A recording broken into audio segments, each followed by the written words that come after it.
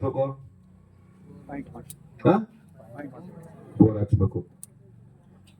ಆ ಬೋರ್ ಹಾಕಕ್ಕೆ ಪಾಯಿಂಟ್ ಮಾಡಕ್ ಗೊತ್ತಾನಲ್ಲ ಒಬ್ಬ ಫಸ್ಟ್ ಹತ್ತಾನೆ ಮಾಡಿಸೋದು. ಆ ಪಾಯಿಂಟ್ ಮಾಡೋದು ಸಾಕಾರ ಆಗೋನು ಇವತ್ತು. ನೆಕ್ಸ್ಟ್ ಏನ್ ಮಾಡ್ಬೇಕು?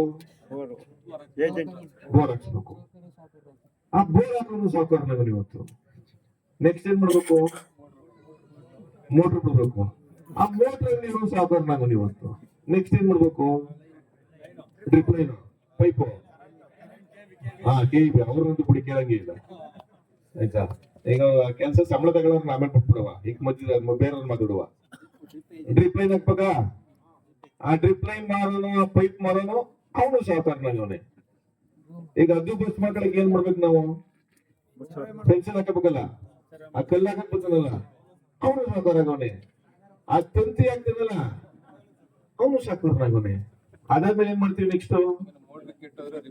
ಆಮೇಲೆ ಲಾಸ್ಟ್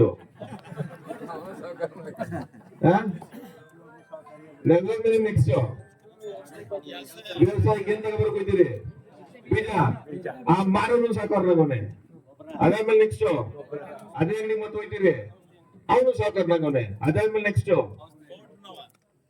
ಮೋಟ್ರ್ ಇಲ್ಲ, ಈಗ ಬೆಳೆದಿಲ್ಲ ಆಯ್ತು. ಬೆಳೆದ್ಮೇಲೆ ಏನ್ ಮಾಡ್ತೀರಿ?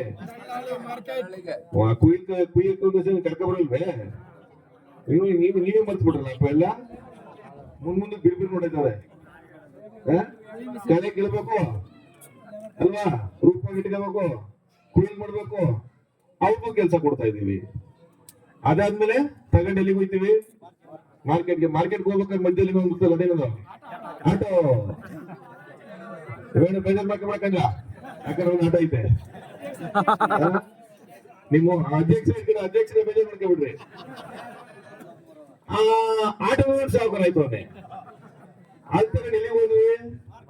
ಮಾರ್ಕೆಟ್. ಅದೇನಕ್ಕೆ ಮಾಡಿದ್ವಿ? ದಲ್ಲಾಳಿ. ಅವನಂತೂ ಕೇಳೋ